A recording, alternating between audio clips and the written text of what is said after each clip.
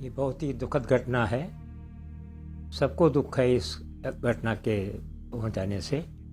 जहाँ तक इस हेलीकॉप्टर की विशेषताओं का प्रश्न है, एक बहुत ही मजबूत, बहुत ही रिलायबल 2 इंजन वाला।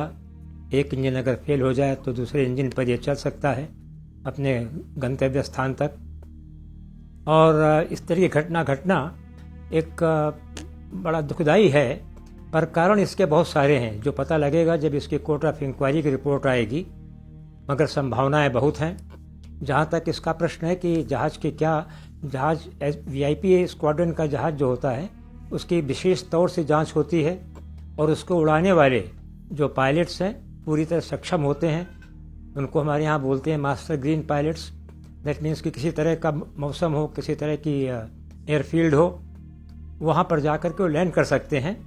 इस प्रकार से दोनों ही मशीन और उसको चलाने वाले दोनों ही कुशल और सक्षम थे, और इस प्रकार घटना का घट जाना कई संभावनाओं को जन्म देता है। एक तो ये मौसम ठीक है, थोड़ी डिज़ल हो रही थी, बारिश नहीं हो रही थी, विजिबिलिटी ठीक थी, पर क्लाउड्स थे।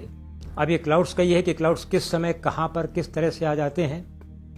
जहाँ तक जहाज़ के उड़ाने का है, ये 18,000 फीट के ऊपर भी उड़ता है, और इस तरह से जितनी मतलब हिल्स थी या और चीज़ें थी उनको आसानी से उनके ऊपर जा सकता है और बिना किसी कठिनाई के अपने गंतव्य स्थान तक पहुंच जाता है।